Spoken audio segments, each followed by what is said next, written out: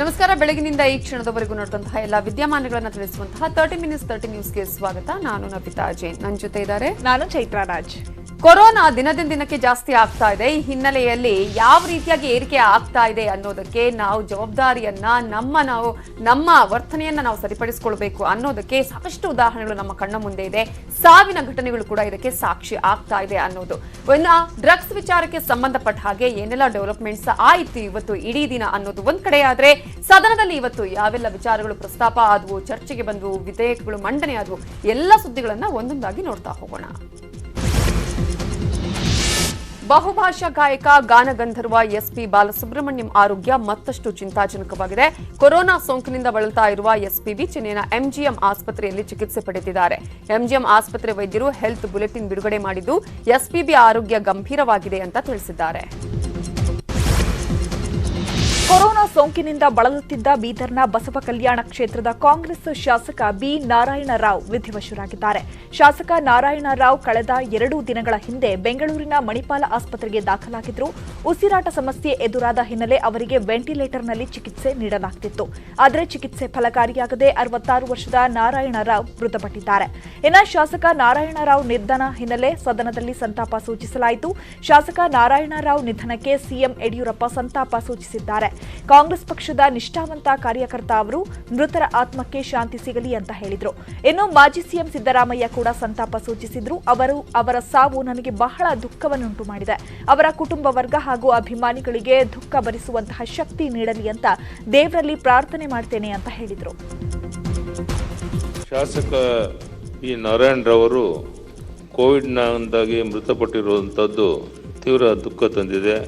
ನಿನ್ನೆಯಷ್ಟೇ ಕೇಂದ್ರ ರೈಲ್ವೆ ಖಾತೆ ರಾಜ್ಯ ಸಚಿವ ಸುರೇಶ್ ಅಂಗಡಿಯನ್ನು ಕಳೆದುಕೊಂಡಿರುವ ದುಃಖದಿಂದ ಚೇತರಿಸಿಕೊಳ್ಳುವಂತ ಮುನ್ನನೇ ಶಾಸಕ ಬಿ ನಾರಾಯಣರಾವ್ ಅವರು ಮೃತಪಟ್ಟಿರುವುದು ಮತ್ತೊಂದು ಆಘಾತ ತಂದಿದೆ. ಕಾಂಗ್ರೆಸ್ ಪಕ್ಷದ ನಿಷ್ಠಾವಂತ ಕಾರ್ಯಕರ್ತರಾಗಿ ದುಡಿದು ಬಸವ ಕಲ್ಯಾಣ ಕ್ಷೇತ್ರದ ಅಭಿವೃದ್ಧಿಗೆ ಬಹಳಷ್ಟು ಕೊಡುಗೆ ನೀಡಿದ್ದಾರೆ. ಭಗವಂತ ಮೃತರ ಆತ್ಮಕ್ಕೆ ಶಾಂತಿ ನೀಡಲಿ. ಬಿ ನಾರಾಯಣರಾವ್ ಅವರ ಸಾವಿನ ಸುದ್ದಿಯನ್ನು ತಿಳ್ಕೊಂಡಿದ್ದೀವಿ. ಅವ್ರ ಸಾವು ನನಗೆ ಬಹಳ ದುಃಖವನ್ನು ಉಂಟು ಮಾಡಿದೆ. ನನಗೆ ಅವರು 83-84ರಿಂದಲೂ ಕೂಡ ಪರಿಚಯ. ಅವತ್ತಿನಿಂದಲೂ ಕೂಡ ಹೋರಾಟ. ಅವರು ಈ ಸದನಕ್ಕೆ ಒಂದು ಅಸೆಟ್ ಆಯ್ತಾ ಇದ್ರು. ಪಾಪ ಅಂತ ವ್ಯಕ್ತಿ ಇವತ್ತು ನಿಧನರಾಗಿರ್ತಕ್ಕಂಥದ್ದು ನಿಜಕ್ಕೂ ನಮ್ಮೆಲ್ಲರಿಗೂ ನೋವು ಉಂಟು ಮಾಡಿದೆ ಅಂತೇಳಿ ನಾನು ಭಾವಿಸ್ಕೊಂಡಿದ್ದೇನೆ. ಕೊರೋನಾದಿಂದ ನಿಧನರಾದ ಕೇಂದ್ರ ಸಚಿವ ಸುರೇಶ್ ಅಂಗಡಿ ಅಂತ್ಯಕ್ರಿಯೆ ನೆರವೇರಿದೆ. ದೆಹಲಿಯ ದ್ವಾರಕಾ ಸೆಕ್ಟರ್ 24ರಲ್ಲಿರುವ ಲಿಂಗಾಯತ ವೀರಶೈವ ರುದ್ರಭೂಮಿಯಲ್ಲಿ ಸುರೇಶ್ ಅಂಗಡಿ ಅಂತ್ಯಕ್ರಿಯೆ ನಡೆಯಿತು. ಅಂತ್ಯಕ್ರಿಯೆಯಲ್ಲಿ ಡಿಸಿಎಂ ಲಕ್ಷ್ಮಣ್ ಸವದಿ, ಸಂಸದ ಅಣ್ಣಾ ಸಾಹೇಬ್ ಜೊಲ್ಲೆ, ಈರಣ್ಣ ಕಡಾಡಿ, ಸಚಿವ ಜಗದೀಶ್ ಶೆಟ್ಟರ್ ಸೇರಿದಂತೆ ಕುಟುಂಬದ ಆಪ್ತ ವರ್ಗ ಭಾಗಿಯಾಗಿದ್ದರು. ಇನ್ನು ದೆಹಲಿಯಲ್ಲಿ ಸುರೇಶ್ ಅಂಗಡಿ ಅಂತ್ಯಕ್ರಿಯೆ ನೆರವೇರಿತು. ಬೆಳಗಾವಿಯ ವಿಶ್ವೇಶ್ವರಯ್ಯ ನಗರದಲ್ಲಿ ಇರೋ ಅಂಗಡಿ ನಿವಾಸದಲ್ಲಿ ತಾಯಿ ಸೋಮವ್ವಗೆ ವಿಡಿಯೋ ಮೂಲಕ ಅಂತ್ಯಕ್ರಿಯೆ ನೋಡಲು ವ್ಯವಸ್ಥೆ ಮಾಡಲಾಗಿತ್ತು. ಮಗನನ್ನ ನೆನೆದು ತಾಯಿ ಕಣ್ಣೀರಿಟ್ರು.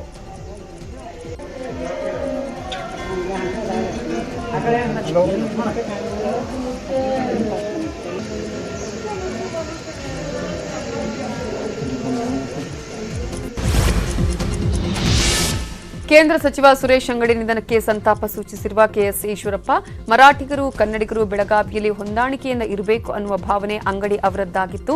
ಹಾಗೆ ನಡ್ಕೊಂಡ್ರು ಕೂಡ ಅವರ ಆತ್ಮಕ್ಕೆ ಶಾಂತಿ ಸಿಗಲಿ ಅಂದಿದ್ದಾರೆ. ಸಚಿವ ಸಿಟಿ ರವಿ ಮಾತಾಡಿ, ಸುರೇಶ್ ಅಂಗಡಿ ಅವರ ನಿಧನದಿಂದ ರಾಜ್ಯಕ್ಕೆ ದೊಡ್ಡ ನಷ್ಟವಾಗಿದೆ. ಮತ್ತೆ ಲಾಕ್ಡೌನ್ ವಿಚಾರ ಯೋಚನೆ ಮಾಡಬೇಕಾದ ಸ್ಥಿತಿ ಇದೆ. ಊಹೆಗೆ ನಿಲುಕದ ವೈರಸ್ ಇದಾಗಿದ್ದು ಅವಶ್ಯಕತೆ ಮೇರೆಗೆ ಆರೋಗ್ಯ ಇಲಾಖೆ ತೀರ್ಮಾನ ಮಾಡಬೇಕು ಅಂದಿದ್ದಾರೆ. ಸುರೇಶ್ ಅಂಗಡಿ ಅವರು ಇವತ್ತು ನಮ್ಮನ್ನೆಲ್ಲ ಬಿಟ್ಟು ಹೋಗಿದ್ದಾರೆ ಅಂತೇಳಿ ತುಂಬ ನೋವಾಗ್ತಾ ಇದೆ. ಬೆಳಗಾಂ ಅಂತ ಊರಲ್ಲಿ ಕನ್ನಡಿಗರು ಇದ್ದಾರೆ, ಮರಾಠಿಗರು ಇದ್ದಾರೆ. ಅವ್ರು ಎಲ್ಲರೂ ಒಟ್ಟಿಗೆ ತೊಗೊಂಡು ಹೋದ್ರು. ನಾವೆಲ್ಲರೂ ಕೂಡ ಭಾರತೀಯರು, ಅಣ್ತಮ್ಮಂದರು ಅನ್ನೋಂಥ ಒಂದು ಭಾವನೆಯಿಂದ ಒಟ್ಟಿಗೆ ತೊಗೊಂಡು 4 ಬಾರಿ ಲೋಕಸಭೆ ಗೆಲ್ಲೋದಕ್ಕೆ ಕಾರಣ ಅವರಲ್ಲಿ ಇದ್ದಂಥ ದೇಶ ಪ್ರೇಮ. 90 ವರ್ಷದವ್ರು ಗುಣಮುಖರಾಗಿ ಬರ್ತಾರೆ, 30 ವರ್ಷದವರು ನಿಧನರಾಗ್ತಾರೆ. ಇದನ್ನು ನೋಡಿದಾಗ ನಮ್ಮ ಊಹೆಗೆ ನಿಲುಕದ ವೈರಸ್ ಇದು ಕೊರೋನಾ ಅಂಥೇಳಿ ಅನಿಸುತ್ತೆ. ಹಾಗಾಗಿ ಎಲ್ಲ ಎಚ್ಚರಿಕೆಯನ್ನು ವ್ಯಕ್ತಿಗತವಾಗೂ ಪಾಲಿಸಬೇಕು. ಸರ್ಕಾರವೂ ಕೂಡ ಇನ್ನಷ್ಟು ಎಚ್ಚರಿಕೆಯನ್ನು ವಹಿಸುವ ಅವಶ್ಯಕತೆ ಇದೆ ಅನ್ನೋ ಸಂದೇಶ ಇದರಿಂದ ಸಿಗಿದೆ. ಸುರೇಶ್ ಅಂಗಡಿ ಸಾವಿನಿಂದ ಶಾಕ್ಗೆ ಒಳಗಾಗಿರುವ ಕಾನೂನು ಸಚಿವ ಮಾಧುಸ್ವಾಮಿ ನಿನ್ನೆ ಸದನ ಮುಗಿಸಿ ಮನೆಗೆ ಹೋಗಿ ಕುಳಿತೆ. ಟಿವಿ ಸ್ವಿಚ್ ಆನ್ ಮಾಡ್ತಿದ್ದಂತೆ ಅವರ ನಿಧನದ ಸುದ್ದಿ ಬಂತು. ಅದನ್ನ ನೋಡಿಯೇ ನಾನು ಶಾಕ್ ಆದೆ. ಎಸಿಂಟಮಿಕ್ ಇತ್ತು ಅಂತ ಆಸ್ಪತ್ರೆಗೆ ದಾಖಲಾಗಿದ್ರು. ಎ ದರ್ಜೆಯ ಆಸ್ಪತ್ರೆಯಲ್ಲೇ ಈ ಸೋಂಕನ್ನ ಎದುರಿಸಲಾಗಲಿಲ್ಲ. ಅಂಥವರ ನಿಧನ ನಮಗೆ ತುಂಬಲಾರದ ನಷ್ಟ ಅಂತ ಹೇಳಿದ್ದಾರೆ. ವಿಧಾನಸಭೆ ಮುಗಿಸ್ಕೊಂಡು ಹೋಗಿ ಟಿವಿ ಆನ್ ಮಾಡಿದ ತಕ್ಷಣ ಅಂಗಡಿಯವರು ಇಲ್ಲ ಅಂತ ಹೇಳಿ ನೋಡಿ ಬಹಳ ಆಘಾತ ಆಯ್ತು. ನಾವು ಆಸೆ ಇಟ್ಕೊಂಡಿದ್ದು ಏನಾಗ್ಲಾರ್ದು. ಅವರು ಎಸಿಂಪ್ಟಮ್ಯಾಟಿಕ್ ಆಗಿ ಹೋದವರು ಅಧ್ಯಕ್ಷ. ದುರದೃಷ್ಟ ಇವತ್ತು ಅವರು ನಮ್ಮನ್ನು ಬಿಟ್ಟು ಹೋಗೋರೆ. ಎಲ್ಲೋ ಒಂದ್ ಕಡೆ ಅವ್ರ ಸಾವು ಜನಗಳಿಗೆ ಕೂಡ ಆತಂಕ ಹೆಚ್ಚು ಮಾಡಿದೆ ಅಂತ ನಾನು ಭಾವಿಸ್ತೀನಿ. ಒಂದು ಕೊಂಡಿ ಆಗಿದ್ರು ನಮಗೂ ಕೇಂದ್ರ ಸರ್ಕಾರದ ಮಧ್ಯೆ. ಅಂತವ್ರು ಇಲ್ಲ ಅಂದ್ರೆ ಸ್ವಲ್ಪ ನಮಗೆ ನೋವಾಗುತ್ತೆ. ಕೊರೋನಾ ವಿಚಾರದಲ್ಲಿ ಕೇಂದ್ರ ಸರ್ಕಾರವನ್ನ ಮಾಜಿ ಸಚಿವ ಎಂಬಿ ಪಾಟೀಲ್ ಟೀಕಿಸಿದ್ದಾರೆ. ಮೊದಲು ಲಾಕ್ಡೌನ್ ಮಾಡುವಾಗ ನೋಟ್ ಬ್ಯಾನ್ ತರ ಏಕಾಏಕಿ ಮಾಡಿದ್ರು. ಆದ್ರೆ ಸಿಂಗಾಪುರಲ್ಲಿ ನೋಟಿಸ್ ಕೊಟ್ಟು ಎಚ್ಚರಿಸಿದ್ರು. ಆದ್ರೆ ನಮ್ಮಲ್ಲಿ ಹಾಗೆ ಮಾಡಲಿಲ್ಲ. ಸಿಟಿಗಳಲ್ಲಿ ಇದ್ದ ಕೊರೋನಾ ಅಲೆ ಹಳ್ಳಿಗಳಲ್ಲಿ ತಲುಪಿದೆ. ಮತ್ತೆ ಲಾಕ್ಡೌನ್ ವಿಚಾರವಾಗಿ ಚರ್ಚೆಯ ಅಗತ್ಯವಿದೆ ಅಂದಿದ್ದಾರೆ. ಮಂಗಳೂರಲ್ಲಿ ಡ್ರಗ್ಸ್ ಕೇಸ್ನಲ್ಲಿ ಬಂಧನ ಆಗಿರುವ ಡಾನ್ಸರ್ ಕಿಶೋರ್ ಶೆಟ್ಟಿ ಬಂಧನ ಬಳಿಕ ಕನ್ನಡದ ಖ್ಯಾತ ಆಂಕರ್ ಅನುಶ್ರೀಗೆ ಮಂಗಳೂರು ಸಿಸಿಬಿ ಪೊಲೀಸ್ ನೋಟಿಸ್ ಕೊಟ್ಟಿದ್ದಾರೆ. ಅನುಶ್ರೀ ಜೊತೆ ಪಾರ್ಟಿ ಮಾಡಿದ್ದಾಗಿ ತರುಣ್ ಹೇಳಿಕೆ ಆಧಾರದ ಮೇಲೆ ನೋಟಿಸ್ ನೀಡಲಾಗಿದೆ ಎನ್ನಲಾಗಿದೆ. ಪ್ರತೀಕ್ ಶೆಟ್ಟಿ, ಕಿಶೋರ್ ಶೆಟ್ಟಿ ಮತ್ತು ತರುಣ್ ಎಲ್ಲರೂ ಗೆಳೆಯರಾಗಿದ್ದು ಈ ಹಿಂದೆ ಹಲವಾರು ಪಾರ್ಟಿಗಳನ್ನ ಈ ಗ್ಯಾಂಗ್ ಮಾಡಿತ್ತು ಅನ್ನೋದು ಗೊತ್ತಾಗಿದೆ. ಇನ್ನು ಮಂಗಳೂರು ಸಿಸಿಬಿ ವಿಚಾರಣೆ ಎದುರಿಸಲು ನಾಳೆ ಬೆಳಗ್ಗೆ 10 ಗಂಟೆಗೆ ಮಂಗಳೂರಿಗೆ ತೆರಳಲು ಅನುಶ್ರೀ ನಿರ್ಧರಿಸಿದ್ದಾರೆ. ಇನ್ನು ಬೆಂಗಳೂರಿನ ರಾಜಾಜಿನಗರದಲ್ಲಿರುವ ಮನೆಯಲ್ಲಿ ಅನುಶ್ರೀ ಇರಲಿಲ್ಲ. ಮಧ್ಯಾಹ್ನ 12 ಗಂಟೆಗೆ ಅನುಶ್ರೀ ಮನೆಯಿಂದ ಹೊರಟಿದ್ರು. ಆದರೆ ಎಲ್ಲಿಗೆ ಹೋಗಿದ್ರು ಅನ್ನೋದು ಮಾತ್ರ ನೀವು ಕೂಡ. ಈ ಬಗ್ಗೆ ಅನುಶ್ರೀ ಅಪಾರ್ಟ್ಮೆಂಟ್ನ ಸೆಕ್ಯೂರಿಟಿ ಗಾರ್ಡ್ ಮಾತನಾಡಿದ್ದು, ಅವರು ಮಧ್ಯಾಹ್ನವೇ ಮನೆಯಿಂದ ಹೊರಗಡೆ ಹೋಗಿದ್ದಾರೆ, ಎಲ್ಲಿಗೆ ಹೋಗಿದ್ದಾರೆ ಅಂತ ಗೊತ್ತಿಲ್ಲ ಅಂತ ಹೇಳಿದ್ರು. ನಾನಿವಾಗ ಇಲ್ಲಿ ಒಂದು 3 ಮಂತ್ಸ್ ಆಗಿದೆ ಬಂದು. ಇವತ್ತಿನವರೆಗೂ ಅವರು ಯಾವ ಬಿಟ್ಟು ಏನು ಗೊತ್ತಿಲ್ಲ. ನಮ್ಮಲ್ಲಿ ಹೇಗೆ ಸೋಷಿಯಲ್ ಆಗಿ ನಾರ್ಮಲ್ ಆಗಿರ್ತಾರೋ ಅದೇ ಥರ ಇದ್ದಾರೆ. ಇವತ್ತಿನವರೆಗೂ ಯಾವುದು ಏನು ಇದಿಲ್ಲ. ಅವ್ರನ್ನ ಕೇಳ್ಕೊಂಡು ಯಾರೇ ಬರೋದೇ ಆಗಲಿ ಯಾರೇ ಇರಲಿ, ಇವತ್ತಿನವರೆಗೂ ಯಾರೂ ಇಲ್ಲ. ಬೆಂಗಳೂರಿನಲ್ಲಿ ಬಂಧನಕ್ಕೆ ಒಳಗಾಗಿರುವ ಪ್ರತೀಕ್ ಶೆಟ್ಟಿಯಿಂದ ಅನುಶ್ರೀಗೆ ಕಂಟಕ ಎದುರಾಗಿದೆ. 2018ರ ಬಾಣಸ್ವಾಡಿ ಡ್ರಗ್ ಕೇಸ್ನಲ್ಲಿ ಆರೋಪಿಯಾಗಿದ್ದ ಪ್ರತೀಕ್ ಶೆಟ್ಟಿ ಸ್ಯಾಂಡಲ್ವುಡ್ ಡ್ರಗ್ ಕೇಸ್ನಲ್ಲಿ ಪ್ರತೀಕ್ ಶೆಟ್ಟಿಯನ್ನ ಸಿಸಿಬಿ ಪೊಲೀಸರು ಅರೆಸ್ಟ್ ಮಾಡಿದ್ರು. ಪ್ರತೀಕ್ ಶೆಟ್ಟಿ ವಿಚಾರಣೆ ವೇಳೆ ಮಂಗಳೂರು ಡ್ರಗ್ ಜಾಲದ ಬಗ್ಗೆ ಡ್ಯಾನ್ಸರ್ ಕಿಶೋರ್ ಶೆಟ್ಟಿ ಹಾಗೂ ತರುಣ್ ಬಗ್ಗೆ ಬಾಯ್ಬಿಟ್ಟಿದ್ದ ಎನ್ನಲಾಗಿದೆ. ಪ್ರತೀಕ್ ಶೆಟ್ಟಿ ಹಾಗೂ ಕಿಶೋರ್ ಶೆಟ್ಟಿ ನಡುವಿನ ಲಿಂಕ್ ಬೆಳಕಿಗೆ ತಂದಿದ್ದ ಇನ್ಸ್ಪೆಕ್ಟರ್ ಲಕ್ಷ್ಮೀಕಾಂತಯ್ಯ, ಬೆಂಗಳೂರು ನಗರ ಸಿಸಿಬಿ ಇನ್ಸ್ಪೆಕ್ಟರ್ ಲಕ್ಷ್ಮೀಕಾಂತಯ್ಯ ಅವರು ಬೆಳಕಿಗೆ ತಂದಿದ್ರು. ಮಂಗಳೂರು ಸಿಸಿಬಿಗೆ ಮಾಹಿತಿಯನ್ನು ಕೊಟ್ಟಿತ್ತು. ಬಳಿಕ ಡಾನ್ಸರ್ ಕಿಶೋರ್ ಶೆಟ್ಟಿ ಹಾಗೂ ತರುಣ್ನನ್ನ ಅರೆಸ್ಟ್ ಮಾಡಲಾಗಿತ್ತು. ಮಂಗಳೂರಲ್ಲಿ ಡಾನ್ಸರ್ ಕಿಶೋರ್ ಶೆಟ್ಟಿ ಬಂಧನ ಬಳಿಕ ಕಿಶೋರ್ ಆಪ್ತನಾಗಿದ್ದ ಸ್ನೇಹಿತ ತರುಣ್ ಅರೆಸ್ಟ್ ಆಗಿದೆ. ಮಂಗಳೂರು ಸಿಸಿಬಿ ಪೊಲೀಸರು ಬಂಧಿಸಿದ್ದಾರೆ. ಕಿಶೋರ್ಗೆ ಡ್ರಗ್ ಲೋಕದ ಪರಿಚಯ ಮಾಡಿಸಿದ್ದೇ ಈ ತರುಣ್ ಎನ್ನಲಾಗಿದೆ. ತರುಣ್ನನ್ನ ಬಂಧಿಸಿ ಡ್ರಗ್ ಟೆಸ್ಟ್ ಮಾಡಿಸಿದ ವೇಳೆ ಡ್ರಗ್ ಟೆಸ್ಟ್ ಅಲ್ಲಿ ಪಾಸಿಟಿವ್ ರಿಪೋರ್ಟ್ ಬಂದಿದೆ ಅಂತ ಹೇಳಲಾಗಿದೆ. ಈಗ ತರುಣ್ನನ್ನ ಮಂಗಳೂರು ಪೊಲೀಸರು ವಿಚಾರಣೆ ಮಾಡ್ತಿದ್ದಾರೆ. ಮಂಗಳೂರು ಸಿಸಿಬಿ ಪೊಲೀಸರು ಆಂಕರ್ ಅನುಶ್ರೀಗೆ ನೋಟಿಸ್ ನೀಡಿದ್ದಾರೆ. ವಿಚಾರಣೆಗೆ ಬರೋದಾಗಿ ಮಂಗಳೂರು ಸಿಸಿಬಿ ಪೊಲೀಸರಿಗೆ ಅನುಶ್ರೀ ಮಾಹಿತಿ ಕೊಟ್ಟಿದ್ದಾರೆ. ಬೆಂಗಳೂರು ಮಹಾಲಕ್ಷ್ಮಿ ಲೇಔಟ್ನ ಅಪಾರ್ಟ್ಮೆಂಟ್ನಲ್ಲಿರೋ ಅನುಶ್ರೀ ನಿವಾಸಕ್ಕೆ ಆಗಮಿಸಿದ್ದ ಮಂಗಳೂರು ಸಿಸಿಬಿ ಪೊಲೀಸರು ಮುಚ್ಚಿದ ಲಕೋಟೆಯಲ್ಲಿ ನೋಟಿಸ್ ನೀಡಿದ್ರು. ಈ ಹಿನ್ನೆಲೆ ಬೆಳಗ್ಗೆ 10 ಗಂಟೆಗೆ ಅನುಶ್ರೀ ಮಂಗಳೂರಿಗೆ ತೆರಳಲಿದ್ದಾರಂತೆ. ಮಂಗಳೂರಲ್ಲಿ ಡ್ರಗ್ಸ್ ಸಾಗಾಟ ಮಾಡ್ತಾ ಇದ್ದ ಆರೋಪದಲ್ಲಿ ಬಂಧನವಾಗಿರುವ ಡಾನ್ಸರ್ ಕಿಶೋರ್ ಶೆಟ್ಟಿಗೆ ಡ್ರಗ್ಸ್ ಟೆಸ್ಟ್ ಮಾಡಿಸಲಾಗಿತ್ತು. ಈ ವೇಳೆ ಆರೋಪಿ ಕಿಶೋರ್ ಶೆಟ್ಟಿ ಹಾಗೂ ಅಖಿಲ್ ನೌಶಿಲ್ ಇಬ್ಬರದ್ದು ಕೂಡ ಪಾಸಿಟಿವ್ ಬಂದಿದೆ. ಇಬ್ಬರು ಡ್ರಗ್ಸ್ ಸೇವನೆ ಮಾಡಿದ್ದು ಈ ಮೂಲಕ ದೃಢಪಟ್ಟಿದೆ. ಇದೇ ಸೆಪ್ಟೆಂಬರ್ 19ರಂದು ಮಂಗಳೂರಿನ ಸಿಸಿಬಿ ಪೊಲೀಸರು ಕಿಶೋರ್ ಶೆಟ್ಟಿ, ಅಖಿಲ್ ನೌಶಿಲ್ನನ್ನ ಅರೆಸ್ಟ್ ಮಾಡಿದ್ರು. ಇಬ್ಬರು ಡ್ರಗ್ಸ್ ಸೇವಿಸಿರುವುದು ಪರೀಕ್ಷೆ ವೇಳೆ ದೃಢಪಟ್ಟಿದೆ. ಇನ್ನು ಆರೋಪಿಗಳನ್ನು ಬಂಧಿಸುವ ವೇಳೆ ಅವರ ಬಳಿ MDMA ಪೌಡರ್ ಪತ್ತೆಯಾಗಿತ್ತು. ಸ್ಯಾಂಡಲ್ವುಡ್ ಡ್ರಗ್ಸ್ ಕೇಸ್ನಲ್ಲಿ ಪರಪ್ಪನ ಅಗ್ರಹಾರ ಜೈಲು ಸೇರಿರೋ ನಟಿಯರಾದ ರಾಗಿಣಿ, ಸಂಜನಾ ಜಾಮೀನು ಅರ್ಜಿ ವಿಚಾರಣೆಯನ್ನ ಕೋರ್ಟ್ ನಾಳೆಗೆ ಮುಂದೂಡಿದೆ. ಸರ್ಕಾರಿ ಪರ ವಕೀಲರು ಮಾಡಿದ ವಾದಕ್ಕೆ ಉತ್ತರಿಸಲು ಆರೋಪಿಗಳ ಪರ ವಕೀಲರು ಸಮಯ ಕೋರಿದ್ದಾರೆ. ಈ ಹಿನ್ನೆಲೆ ನಾಳೆ ಆರೋಪಿಗಳ ಪರ ವಕೀಲರು ವಾದ ಮಂಡಿಸುವಂತೆ ಸೂಚಿಸಿ ಕೋರ್ಟ್ ವಿಚಾರಣೆಯನ್ನ ಮುಂದೂಡಿದೆ. ಇನ್ನು ಇದಕ್ಕೂ ಮೊದಲು ಸಂಜನಾ ಪರ ವಕೀಲರು ವಾದ ಮಂಡಿಸಿದ್ರು. ರವಿಶಂಕರ್ ಸ್ಟೇಟ್ಮೆಂಟ್ನ ಎಸಿಪಿ ಗೌತಮ್ ರೆಕಾರ್ಡ್ ಮಾಡಿದ್ದಾರೆ. ಅದರಲ್ಲಿ ನಗರದ ವಿವಿಧೆಡೆ ಪಾರ್ಟಿ ನಡೆಸಿರುವುದಾಗಿ ಹೇಳಿದ್ದಾರೆ. ಈ ಸ್ಟೇಟ್ಮೆಂಟ್ ಬಿಟ್ರೆ ಯಾವುದೇ ಮಟೀರಿಯಲ್ ಇಲ್ಲ. ಕೇವಲ ಅವರ ಸ್ಟೇಟ್ಮೆಂಟ್ ಆಧಾರದ ಮೇಲೆ ಎಫ್ಐಆರ್ ಮಾಡಲಾಗಿದೆ. ಎಫ್ಐಆರ್ನಲ್ಲಿ ಅನೇಕ ಸೆಕ್ಷನ್ಗಳನ್ನು ಹಾಕಲಾಗಿದೆ.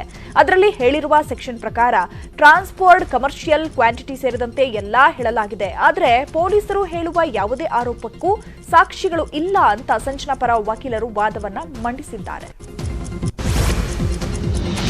ಇನ್ನು ಸೆಂಟ್ರಲ್ ಜೈಲಲ್ಲೇ ತುಪ್ಪದ ಹುಡುಗಿ ರಾಗಿಣಿ ನಟಿ ಸಂಜನಾ ಗರ್ಲಾನ್ಗೆ ಐಡಿ ಕೆಡ್ಡ ತೋಡಿದೆ. ಡ್ರಗ್ಸ್ ಪ್ರಕರಣದ ಆರೋಪಿಗಳಾದ ಸಂಜನಾ, ರಾಗಿಣಿ, ರಾಹುಲ್, ವೀರೇನ್ ಖನ್ನಾ ಮತ್ತು ರವಿಶಂಕರ್ಗೆ ಮತ್ತೆ ಜಾರಿ ನಿರ್ದೇಶನಾಲಯ ಈಗ ಮತ್ತೆ ಅವರಿಗೆ ಸಂಕಷ್ಟ ಎದುರಾಗಿದೆ. ಈ ಮೂಲಕ ಇಡಿ ವಿಚಾರಣೆಯನ್ನು ಅವರು ಎದುರಿಸಬೇಕಾಗಿದೆ.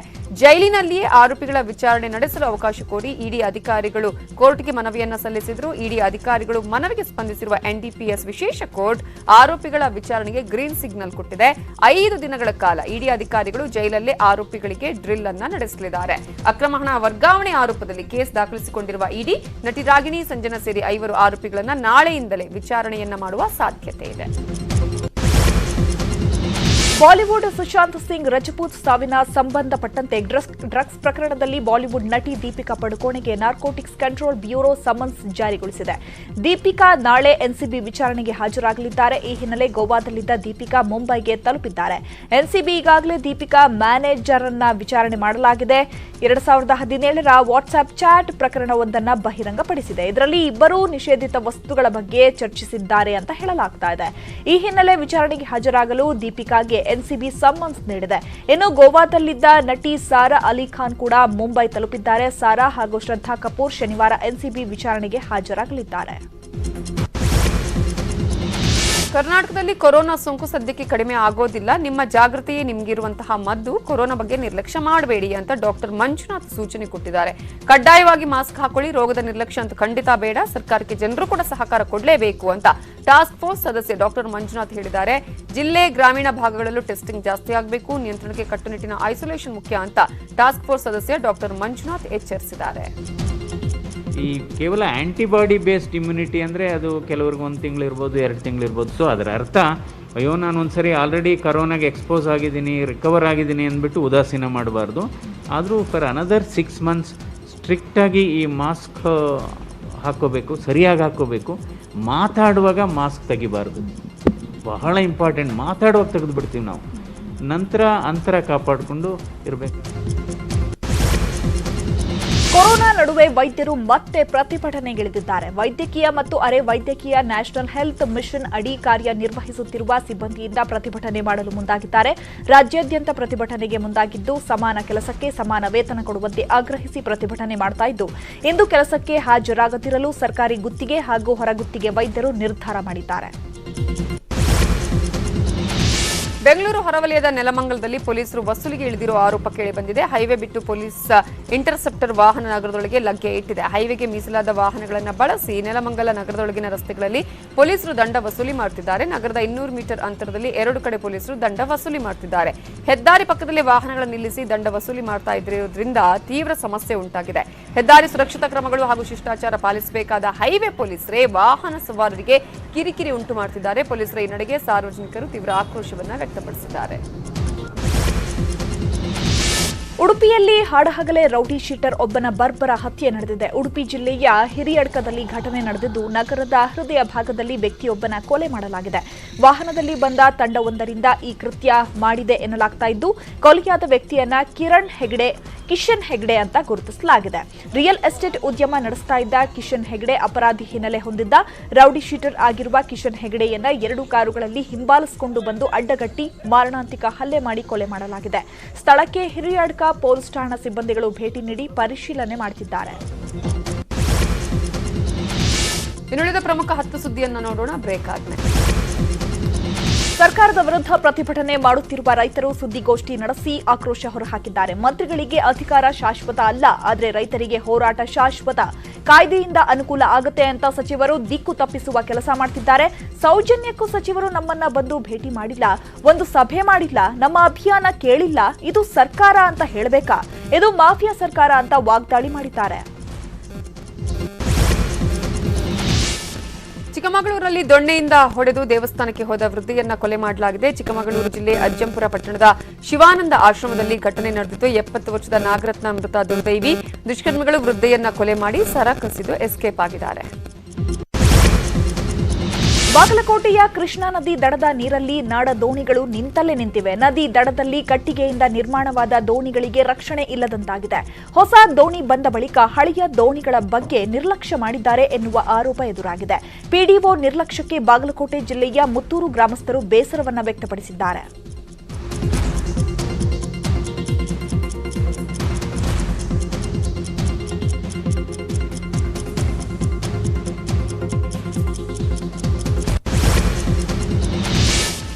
ಮೈಸೂರಿನಲ್ಲಿ ಕೊರೋನಾ ಟೆಸ್ಟ್ ಹೆಚ್ಚು ಮಾಡಬೇಕಾದ ಅನಿವಾರ್ಯತೆ ಇದೆ ಅಂತ ಡಿಸಿ ಶರತ್ ಹೇಳಿಕೆ ಕೊಟ್ಟಿದ್ದಾರೆ. ಮೈಸೂರಲ್ಲಿ ದಿನದಿನಕ್ಕೂ ಪಾಸಿಟಿವ್ ಪ್ರಕರಣ ಹೆಚ್ಚಾಗ್ತಿದೆ.